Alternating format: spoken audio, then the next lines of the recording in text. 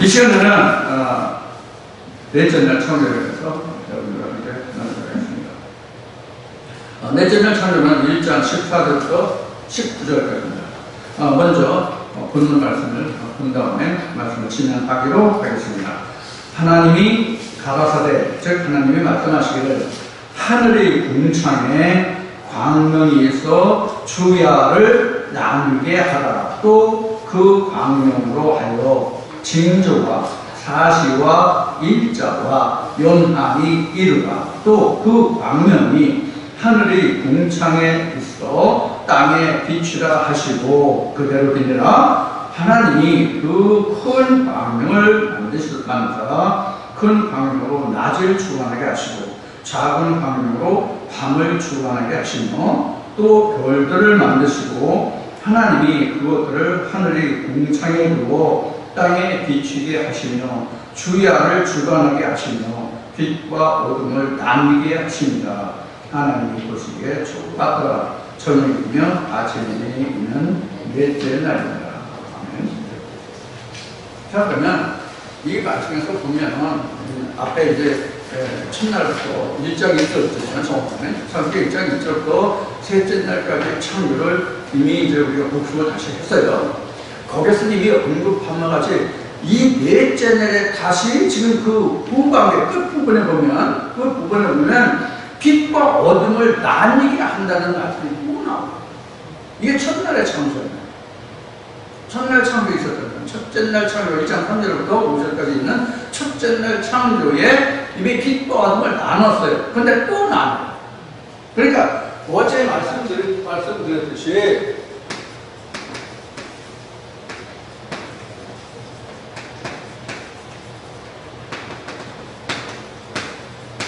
이런 창조까지 문제 살펴봤잖아요. 그러면 이게 복층 구조로 되어 있다고 저는 이제 설명하는데 넷째 날 여기에 이렇게 응한다고. 이게 다섯째 날. 그래서 처음에 말씀드릴 때 이렇게 해서 여러분들이 짝을 맞춰보라고 말씀드린 거예요. 그리고 첫날 빛과 어둠을 나눠서 이걸 낮이라고 하고 이걸 밤이라고 한다고 나왔잖아. 근데 여기서 또 빛과 어둠을 또 나눠요. 그래서 이거 저녁이 되면 아침 또 나왔잖아요. 여기가 아침이 여기.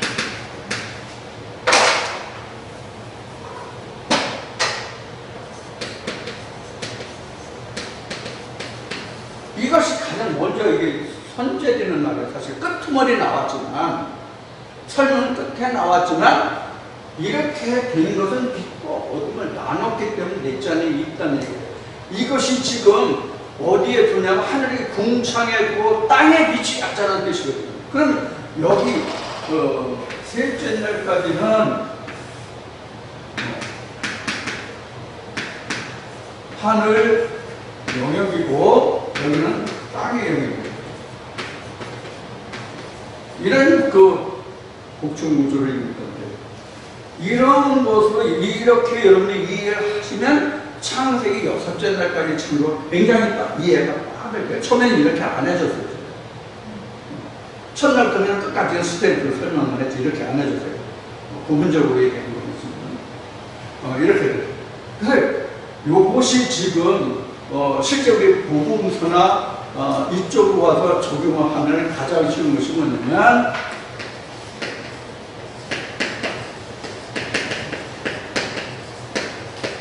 주기도문이 나오죠.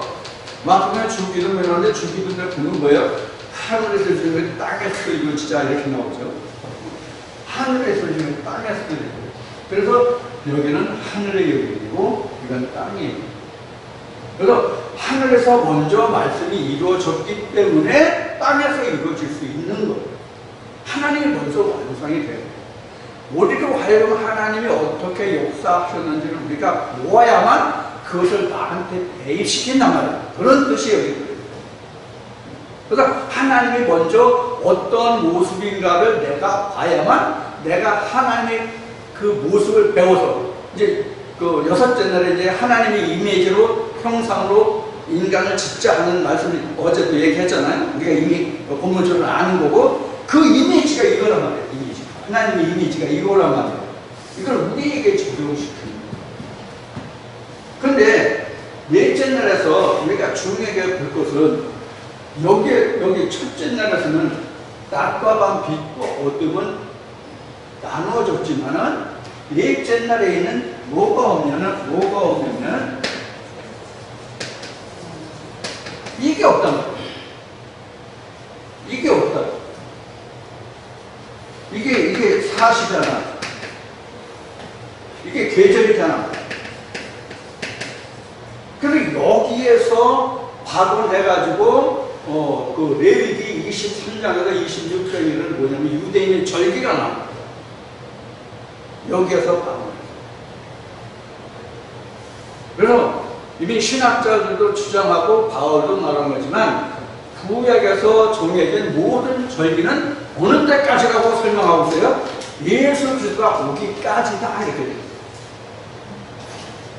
자, 여기서 예수 그리스도가 오기까지라고 하는 것은 뭐냐면 여기에는 여섯째 날까지 빠졌지만은 여기에 아직 하지 않은 창세기 2장 3장에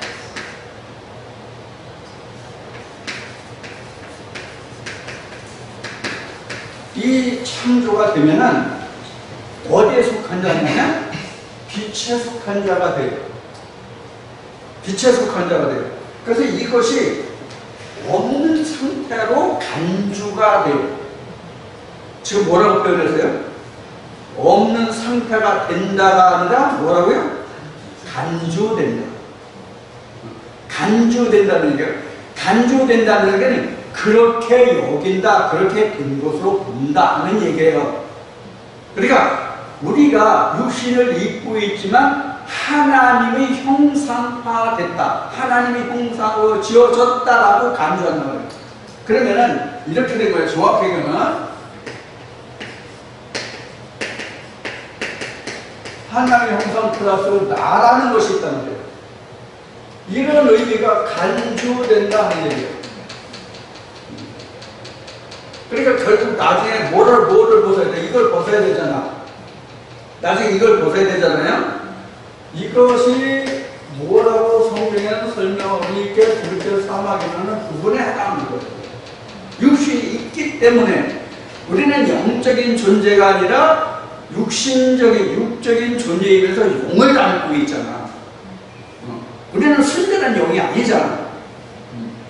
예수도 말씀을 육신을 입은 자를 예수라고 하고 있잖아요. 요한복음 1장에서. 그러면 예수가 십자가에 죽은 거예요. 육신을 벗은 거야. 그러니까 뭐가 나와? 이게 나오지. 이게 바로 뭐냐면 둘째 부활이에요. 예수가 무덤에서 이거 하늘로 올라갔어요. 그래서 이게 예수가 십자가에서 죽고 부활했다는 둘째 부활의 모습이 뭐다 하는 것을 보여준 거야. 우리. 그럼 예수가 육체를 부활해서 뭐로 부활했어요? 영의 부활이잖아. 영의 부활이잖아. 그래서 베드로전서 1장 9절인가? 몇 절에 보면은 믿음의 결국이 뭐라 해서 우리 영혼의 부활이다 이렇게 했나? 우리 영혼의 부활이다. 그런데 오늘날 신학에서 육신의 부활을 굉장히 주장하고 있거든. 육신의 부활을 굉장히 주장하고 있어요. 이 육신의 부활을 주장하고 있는 근거가 뭐냐면 몸이라는 말이 있거든. 육체, 몸이 다시 살았다는 거. 근데 어제도 얘기했지만 성경에서 말하는 몸은 이게 이제 고린도서 15장에 가면 자세히 나오는데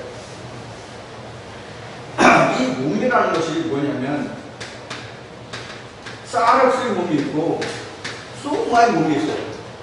이거 둘 다 우리는 이 사르스나 소마를 둘 다 우리는 몸이다, 육체다 이렇게 돼요. 영어로는 이게 그냥 바디가 나왔어. 바디.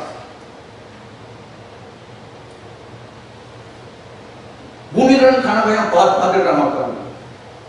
이 바디라는 얘기는 실제 우리 육체라고 쓰지만 이거는 그 우리가 다른 말로 이게 틀이라는 얘기예요. 틀.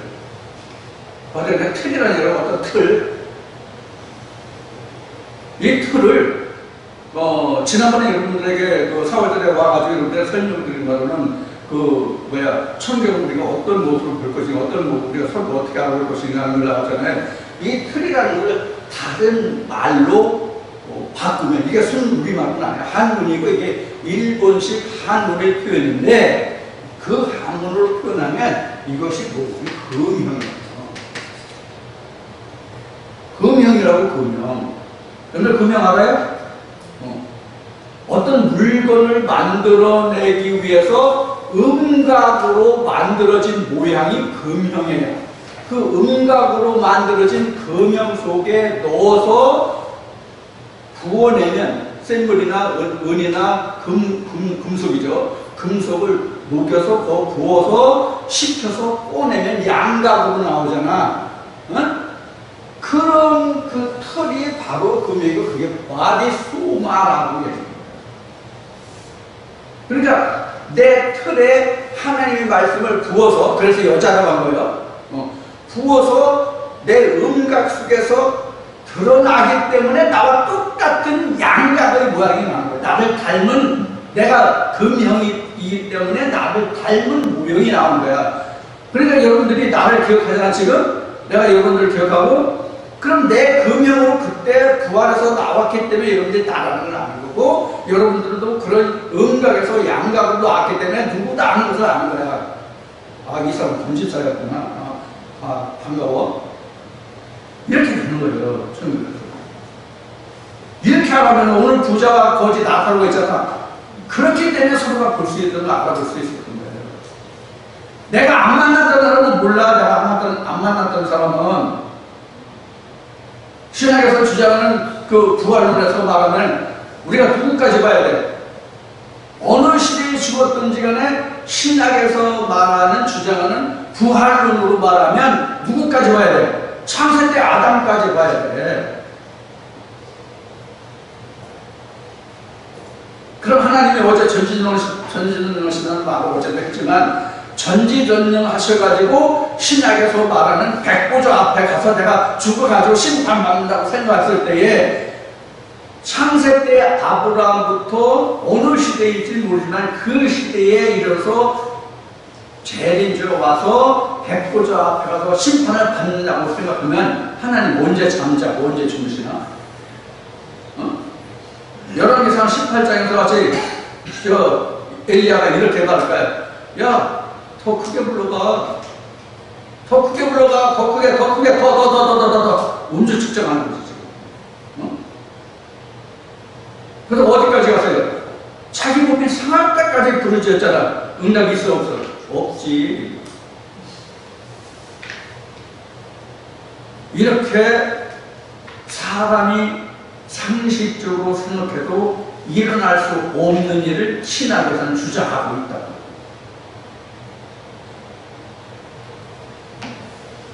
앞에 한 가지 빠졌는데, 그 누가 보면 심지어가 아브라함의 품에 안겼다는 거, 그거 한 가지 빠지겠는데 지금 추가합시다. 아브라함의 품에 안겼다고 지금 예수가 설명한 거잖아.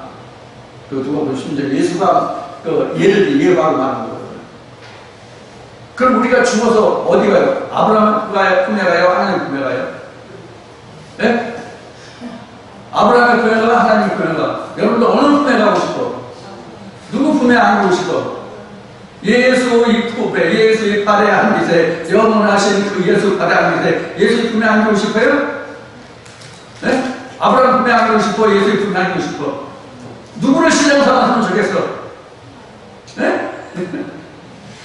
아브라함이나 예수는 똑같고 결국 똑같은 거예요. 근데 의미는 조금 틀려요. 내용을 설명하면 아브라함의 품에 안겼다는 것이 바로 무엇이냐면, 내가, 내 영혼이 내 금형 안에 있다 이 뜻이 아브라함의 품에 있다 이 뜻이야. 그럼 누가 아브라함이야?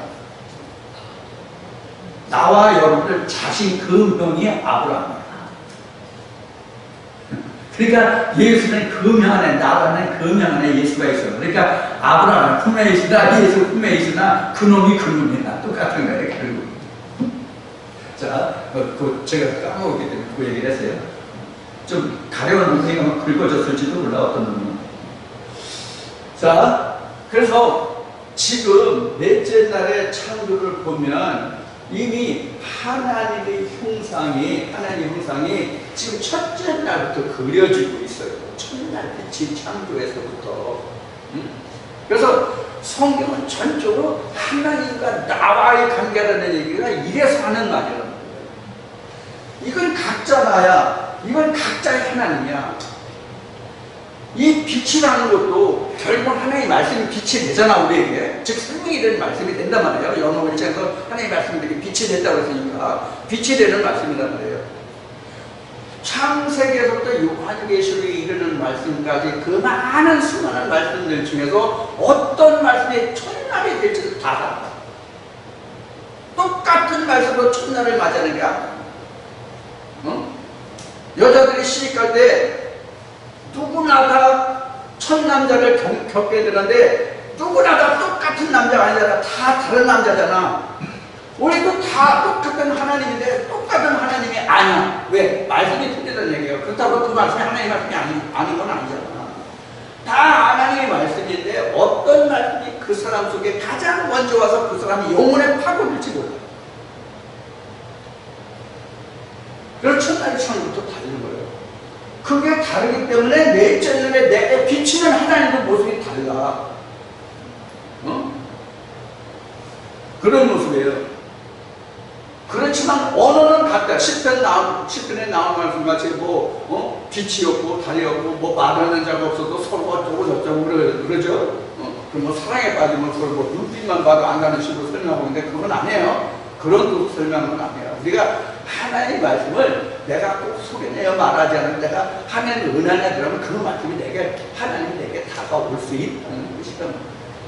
그래서 뭐 인간에게 비해도 뭐 틀릴 수는 틀릴만한. 그래서 넷째 날에 이미 창조돼. 그래서 이 계절이 주어져요. 우리에게. 이 계절이 주어진다는 뜻은 앞에 얘기했듯이 레위기로 가면 이스라엘 백성들이 지켜야 할 절기가 되지만 이 사실을 둬서 연월일 시를 둬가지고 사실을 준다는 뜻은 어떤 얘기냐면 성장을 얘기합니다. 성장을 얘기합니다. 우리가 시간을 묶어둘 수 있다면 어떻게 되겠어요? 우리 인간의 삶에서 성장을 묶어둘 수 있다면, 즉 성장을 묶어둔다는 얘기는 무슨 뜻이에요? 시간을 멈추게 한다는 뜻이잖아요. 이건 고장난 도식이에요, 이건. 그래서 인생에게는 하나님이 생로병사를 주신 거예요. 그럼 우리가 하나님께서 인간에게 영원히 사는 것을 주지 아니하고 생로병사를 주었다는 것은 뭐예요? 어떤 의미가 거기에 들어있어요? 어제도 잠깐 얘기했는데 이 세상은 우리가 이 세상에 나와서 이 세상을 사는 것은 하나님이 우리에게 이 세상을 주신 이유는 어떤 거냐면 각자 모든 이 세상에 태어나는 인생들에게 하나님의 영을 담을 수 있는 기회를 주시는 거예요. 우리가 죽지 않으면 그 영을 담고 내가 아버지 나라를 갈 수가 없잖아. 영원히 이 세상에 살아야 되나? 그럼 뭐가 없다는 얘기예요? 사실 우리에게 절기가 없으면 시간이 흐름이 없으면 성장이 멈춰져 있다는 얘기예요. 자, 성장이 멈춰져 있다면 어떤 일이 일어날 것 같습니까? 네? 성장이 없다면, 시간이 멈춰져서 우리가 성장이 없다면 뭐가 없어질까요? 뭐가 없을까요? 성경에 답이 나왔어요. 여섯째 날. 뭐가 있을까요? 생육 번성이 없다고. 인생에게 생육 번성이 없으면 어떨까요? 쉬운 얘기로 사는 재미, 개뿔도 없어. 그만큼도 없어. 생육 번성이 있기 때문에 인생의 즐거움이라는 거 있잖아. 그래서 전도서나 자문에는 집에 가서 네 아내와 함께 먹고 마시고 물고 빨고 하는 것보다 더 복이 있는 게 없다고 기록하고 있는 거예요. 인생에 생로병사가 없어 성장이 없고 시간이 멈춰있고 우리 인간이 영혼을 살게 돼 있으면 인생이 사는 게 재미가 눈꽃만큼도 없다니까. 청춘 남녀들이 즐기러 안 다닌다고. 그러면 저 숙박업소 하는 사람들 다 망한다고. 여기 저 애들은 못 알아들을 거예요.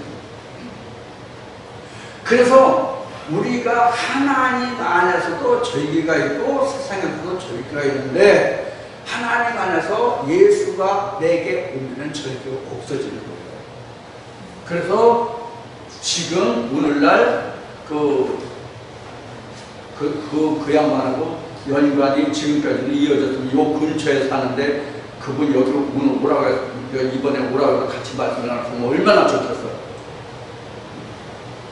안타까운 일인데 하여튼 더블 땡용이라는 양반인데 집사인데 사람이 상당히 지식도 있고 좀 똑똑한 양반인데 안타까워요. 아까운 것보다 안타까워요. 그래서 우리 인간에게 하나님이 이렇게 절기를 주신 것은 하나님에게 인생의 기쁨을 즐거움을 주는 거예요. 근데 그것이 어떨 때 우리가 인생을 더욱더 값지고 보람된 가치 있는 즐거운 삶을 할 수 있냐면 하나님이 나와 함께 하실 거예요. 지금 이야기한 이 부분도 자기가 이 부분에 들어와 보지 않으면 그게 무슨 말인지 이해를 못 하실 거예요. 이거 진짜 아주 깊은 의미가 있는 내용인데 이런 부분이 지금 넷째 날의 기록이에요. 그래서 넷째 날의 기록을 보면 다시 이제 넷째 날의 기록을 살펴보면 하나님이 말씀하시는 하늘의 궁창이에요. 땅의 궁창 아니에요. 하늘의 궁창이에요. 하늘의 궁창이라는 것은 그 어떤 의미냐면 현재 우리로 봐서는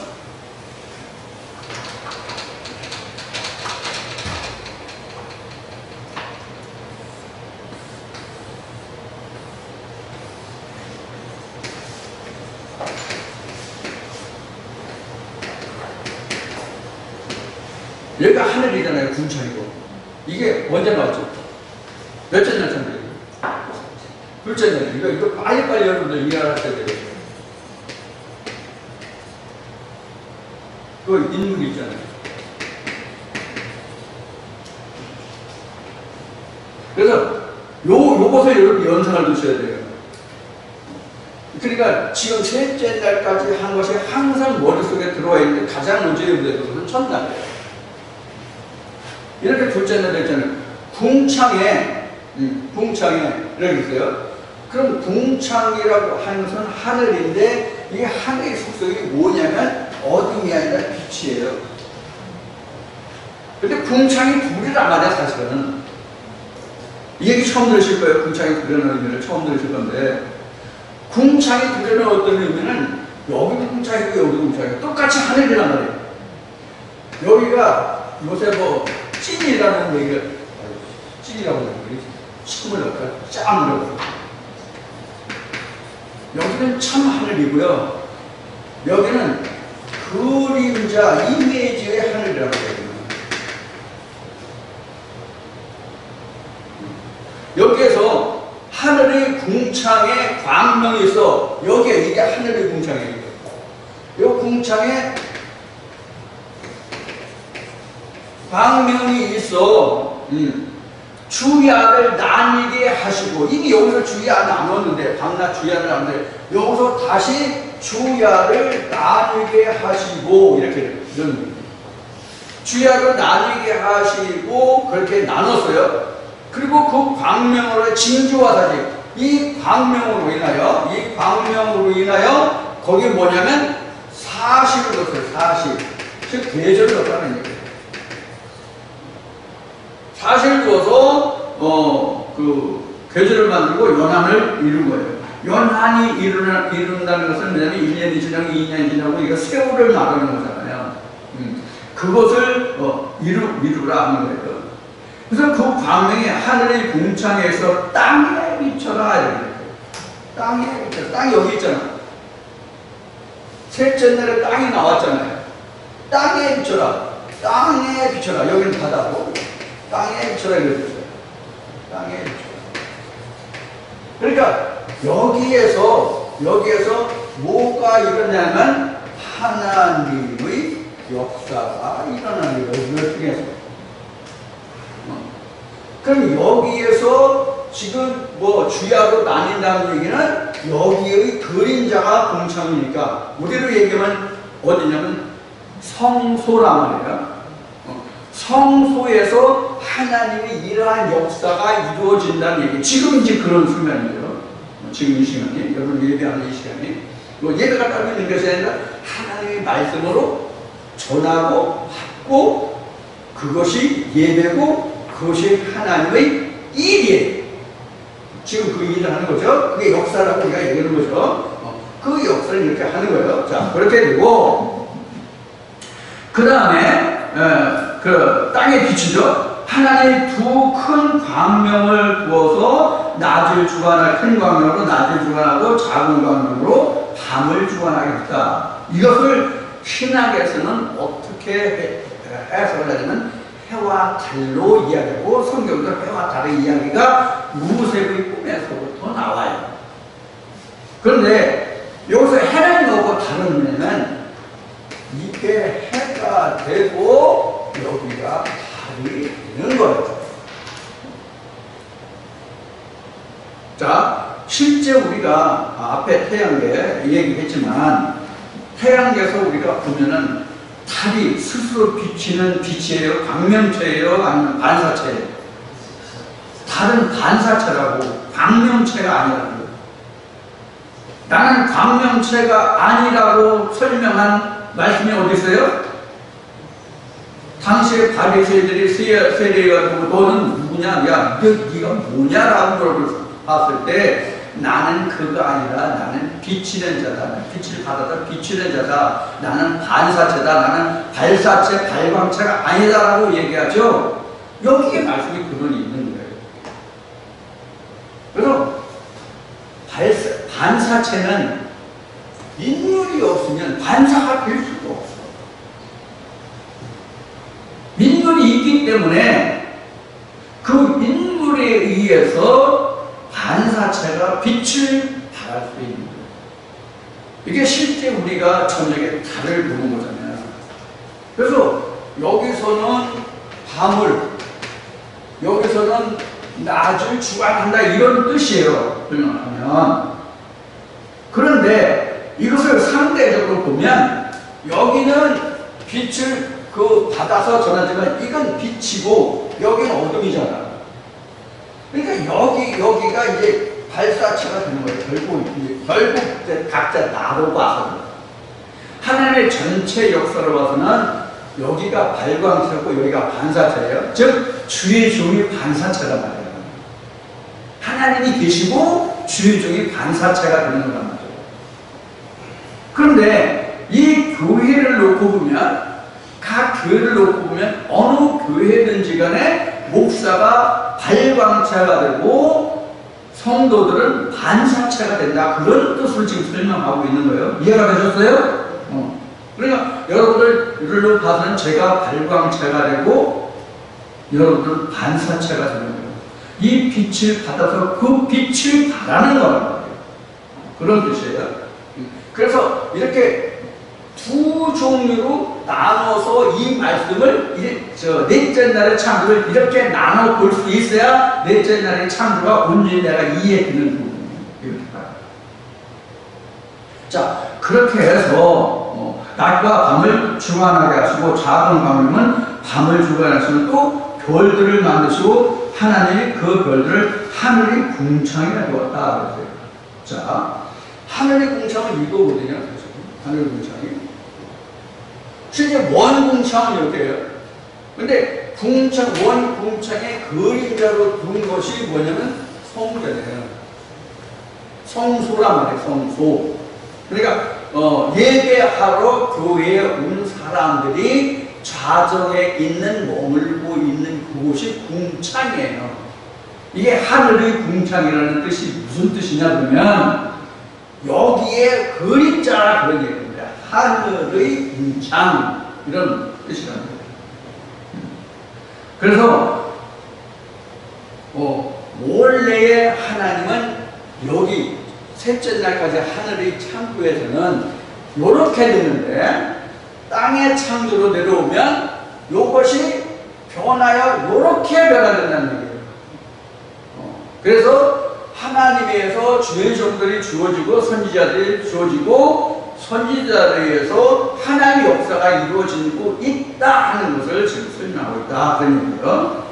그래서 거기에 이제 별들까지 나왔어요. 그래서 별들을 궁창에 두어서 그 밤을 주야를 주관하게 하시며 빛과 어둠을 나누게 하시는 이제 있어요. 그래서 여기서 이제 더 이야기하는 이제 별들이에요. 별 하나가 아니라 별들이에요. 별들은 여러 가지 이제 그 설명을 할 수 있겠지만 기본적으로 설명하면 별들에는 의미가 뭐냐면 여러분들이 이 빛을 받아서 하나님의 말씀을 비춰내면 그 말씀으로 살아가면 그 하나님의 영광을 드러내는 거잖아요. 그럼 하늘의 존재, 즉 하늘의 권속이 되고 그 말씀에서 반짝반짝 빛난 별 보이니 이런 노래와 같이 노래 가다와 같이 여러분들 그 빛으로 움직이는 자가 된다는 거예요. 그러면 달이나 별은 어떤 특성이 있느냐면 자기 자신을 빛을 내지 못하는 특성이 있잖아요. 하나님의 빛이 광원인 하나님을 인해서만 빛을 발할 수 있는 존재가 하늘의 존재이긴 하지만 달과 별이라는 거예요. 그럼 하늘의 존재이긴 하지만 이렇게 얘기했잖아요. 왜 하늘의 존재가 되냐면 원래 인간은 땅이라고 되어 있잖아. 지금 땅이라고 그러는데 왜 하늘의 존재라고 이야기하느냐면 하나님의 빛을 받은 자들이잖아. 달이든 별이든. 그러니까 궁창의 하늘에 두어 세상을 어둠을 비치게 했다는 얘기는 세상 이 바다 있잖아. 여기를 비치게 했다는 뜻이에요. 목사만 세상에 빛으로 역사하는 게 아니라 여러분들도 빛으로 역사해야 되거든요. 여러분들도. 첫째는 자기 자신에게 목회를 해야 되잖아. 그럼 자신의 영혼에 대해서 자기는 달이 되고 별이 되고 해도 되고 다 되는 거예요. 자기 영혼에 대해서. 또 주의 종은 주의 백성들에 대해서 해도 될 수 있고 별도 될 수 있고 또 달도 될 수 있고 별도 될 수 있고 이런 거예요. 여기가 다 똑같지는 않아요. 항상 하나님 안에서는 픽스된 게 없어요. 고정관념이 하나님 안에서는 없어요. 다 픽스돼. 말이라고. 유연성이 있다고. 유연성이 없으면 하나님이 아니에요. 하나님의 성정이 아니에요. 경계된 거, 틀에 박힌 거 하나님 안에 없어요. 그래서 여러분들 피곤하시면 누워서 말씀 들어도 된다. 뭐 이런 얘기를 그래서 이제 하는데 실제로 그렇단 말이에요. 하나님 안에는 형식과 절차가 없어요. 제 동영상에도 있듯이 처음에 하나님이 저를 부르셨을 때 제가 하나님의 음성을 들었을 때 하나님 말씀하시면 참 하나님이 눈치가 없으시다는 얘기 여러분들 제 동영상을 들으신 분들이 있는지 없는 들으셨으면 이해하시겠지만은 기억이 나시겠지만은 화장실 가서 엉덩이 까고 있는데 하나님 말씀하셔. 너 이쁘다고 너 사랑한다. 네 말. 이렇게 이제 하나님은 형식과 절차가 없어요. 내가 꼭 하나님께 무릎 꿇어서 형식과 절차를 두고 하나님께 드리고 나 하나님 알고 싶어요 했을 때 그때만 하나님 응답하시는 하나님이 아니에요. 언제 어제든지 그분이 쫓아오셔. 아덴 얘기하고 한 번 물들면 아덴 무슨 개야? 풍산개야? 뭐 진돗개야? 한 번 물면 안 나. 얼마나 찔기지. 나 너 사랑하는데 너도 날 사랑하니? 맨날 이러시더라고. 우리 집사람보다도 나를 더 사랑하시는 거예요. 자, 이렇게 이제 그 넷째 날이 이제 우리에게 이루어져요. 실제 이 넷째 날이라는 것은 뭐냐면 셋째 날까지 창세기 1장 1절 2절을 보면서 셋째 날까지의 역사가 내 안에서 이루어지기 시작하는 때예요. 이것을 우리가 레위기의 그 절기를 얘기했는데 이 절기를 보면 넷째 날이 어쩌면 우리에게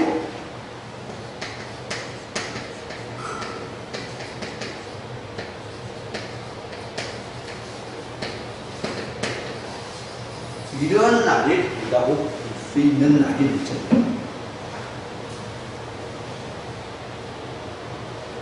이때부터 내 안에서 하나님의 역사를 듣는 거야. 이렇게 해서 내가 하나님 안에서 잉태되고 자라나는 거예요. 자, 이렇게 해서 이제 넷째 날의 역사가 우리 속에서 이루어져요. 이 넷째 날까지 지금 했는데 여기서 한 가지 우리가 그동안 그 교회를 다니면서 기존 신앙생활에서 들었던 것과 비교해서 우리가 조금 생각할 것이 뭐냐면 어제 잠깐 공유했지만 우리가 생각할 것이 뭐냐면 창조 시간의 개념. 이게 굉장히 이제 중요한 부분이 되는데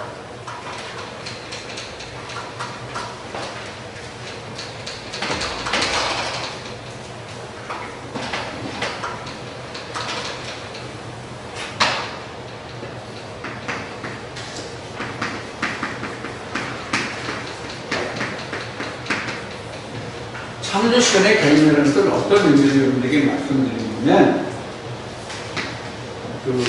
어떤 일을 하려면 어떤 일이 모든 일이라는 건 시작과 끝이 있잖아요. 시작 끝이 있다면 거기에 소요 시간이 필요로 합니다. 소요 시간을 이야기합니다. 소요 시간이 얼마냐? 얼마를 잡을까요? 이 매일의 창조를 시간을 얼마를 주면 어느 정도의 시간이 경과되면 첫째 날의 창조가 이루어질까요? 넉넉히 한번 써봐요. 후하게 인식 한번 팍 써봐. 얼마나 되면 10년? 20년?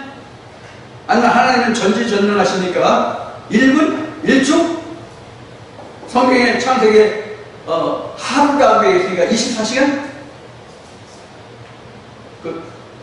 선다형으로 한번 해볼까요? 선다형. 시간 한번 여기 잡고. 소요 시간은요, 하나님이 잘 쓰시는 용어가 뭐예요? 그건 뭐예요?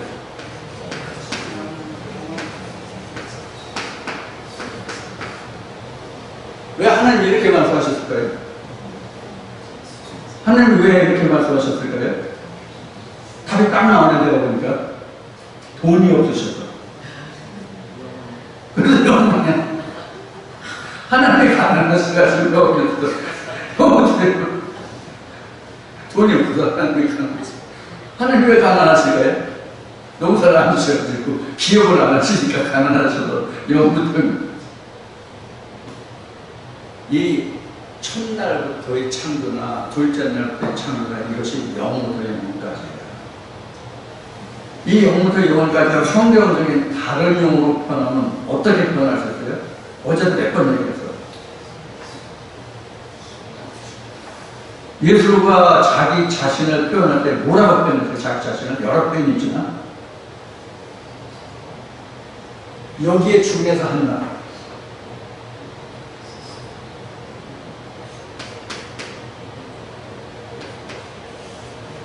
이게 뭐죠? 알파 오메가. 그 다음에 시작이 있으면 뭐가 있어요?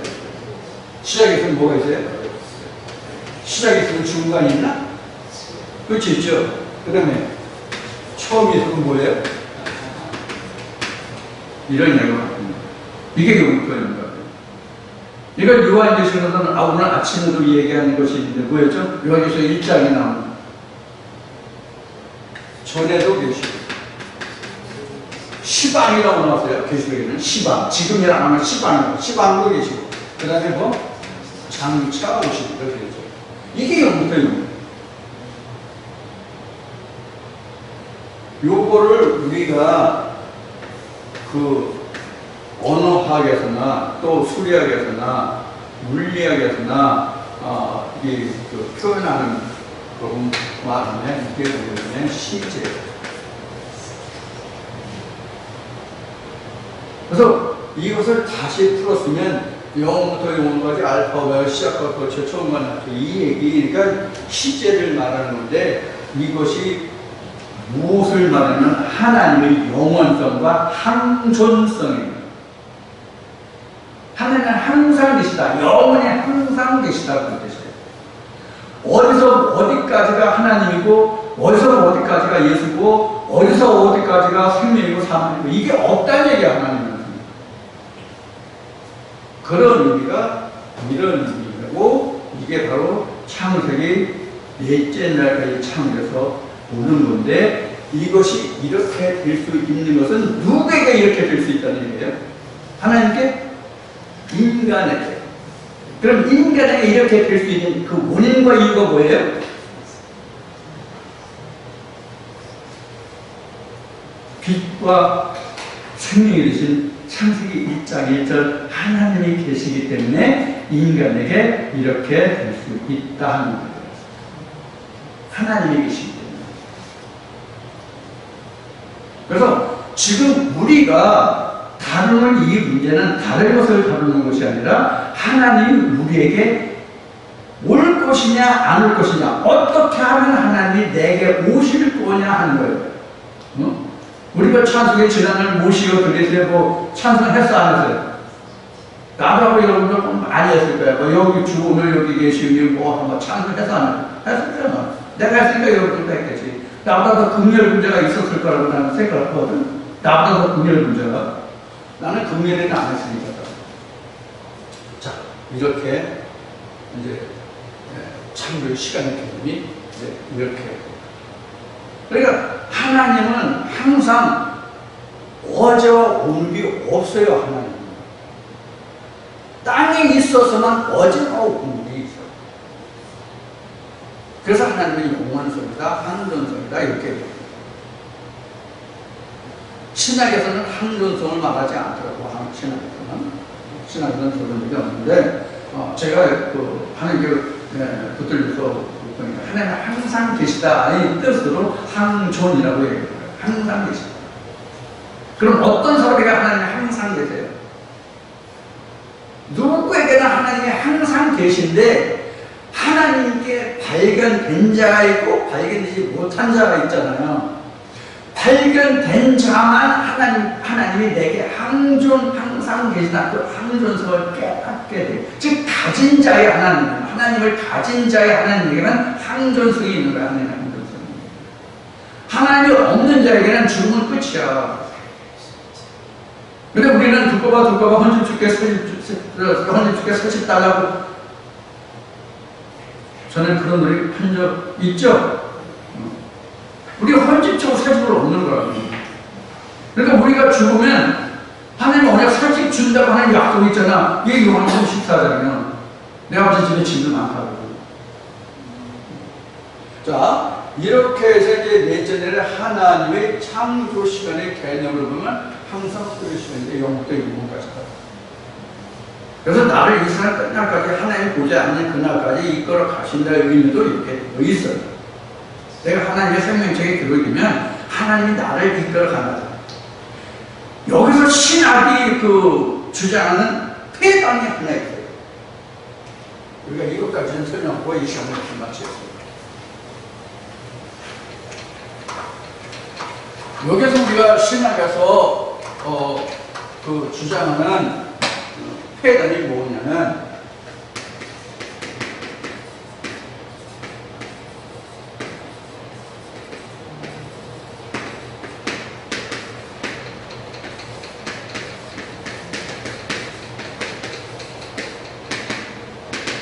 이거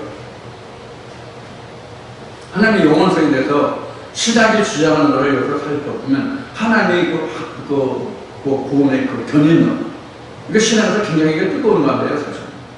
그래서 한 번 하나님이 택하심을 하셔서 택함을 입은 하나님의 절대로 타락하는 일이 없다는 뜻이 바로 하나님의 견인론이거든요. 하나님의 끝까지 이끌어 가신다.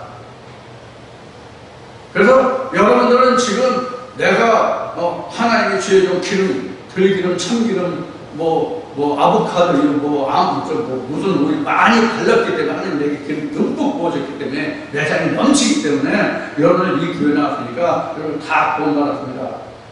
그래서 영원히 여러분들은 당신을 짓지 않고 이제 영원한 생명이 들어가는 이런 식으로 이제 설교하는 목사님들이 상당히 많이 계시더라고요.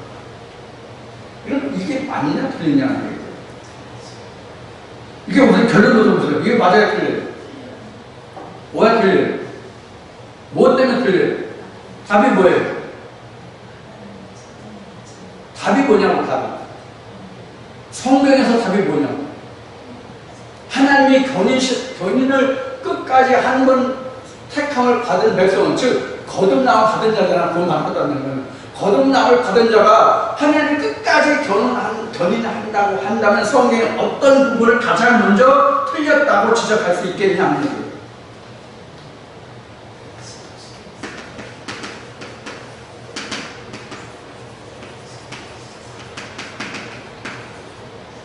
이게 없어야죠. 둘째 사망이 없어야지. 거듭난 자가 하나님 안에 생명을 얻은 자잖아. 거듭나지 않은 자는 생명이 없는 자잖아요. 하나님의 생명체에 기록되어야만 내가 구원을 얻은 자잖아. 하나님의 명령에 되어 있을지라도 둘째 사망이 이기지 못하면 지워진다고. 그래서 에레미야서는 이렇게 에스겔서고, 어떤 그 의인이 자기 의를 힘입어서 악을 행하면 그 의인은 무용지물이 되고, 어떤 악인이 있다 하자 그가 돌이켜 회개하여 내 안에서, 하나님 안에서 돌이켜서 하나님 안에 와서 의롭다함을 받으면 전에 그 모든 죄는 내게 기억되지 않는다라고 기록하고 있다는 거예요. 그러면 의인이라 할지라도 그 의를 힘입어서 자기가 악을 행하면 하나님이 그거 버린다고 되어 있단 말이에요. 차라리 그럴 바에는 악에 있던 자가, 하나님을 알지 못하던 자가 자기가 나중에 최종에 하나님을 한 것보다 못하란 말이에요.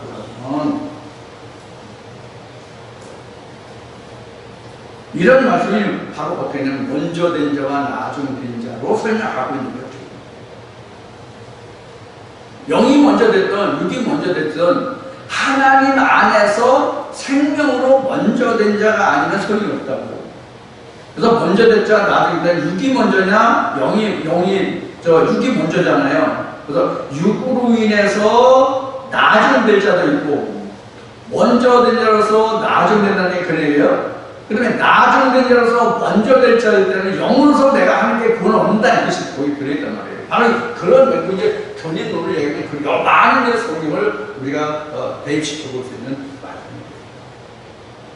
그래서 신학에서 한 번 보는 영원하다고 하는, 그래서 하나님의 견인론을 주장하는 것이 바로 이런 견지에 보면 전혀 하나님 말씀과 상충됩니다. 그래서 하나님의 말씀은 첩경은 예수를 의미하는 날이기도 한데, 이 첩경은 우리가 수학이나 이 문학에서 이야기하는 분이 지름길이 첩경이라는 거예요. 지름길. 이 지름길은 뭐예요? 고등길이죠. 고등길. 그래서 이제 이사야 27장이가 28장에 가면 리워야단이 나오는데, 그 리워야단이 구분길이에요. 이거 리워야단, 이게 계시다면 이게 용의 명령을 받는 그런 이제 무리들이 이제 리워야단인데, 이런 것이. 그래서 우리가 이 첩경, 이 예수로 인해서 갈 수 있는 길만이 구원의 길인데, 이 길로 시작했다 할지라도 인생에게 뭘 줬다고요? 둘째 사망을 줬다. 왜 줬다고? 왜 줬을까요? 이렇게 같이 썼죠. 앞에 이제 설명했는데, 성령 플러스 나라는 뭐가 있어요? 육체가 있어요.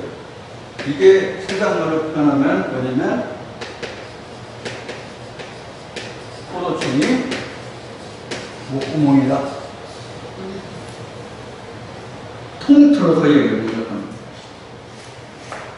근데 여기가 신자고 성령이 작은 자예요. 이게 내 얘기가 아니라 이게 말라기 말씀 얘기입니다. 자, 요런 것까지 포함해서 지금 넷째 날의 창업을 마치고 잠시 쉬었다가 다시 시작하겠습니다.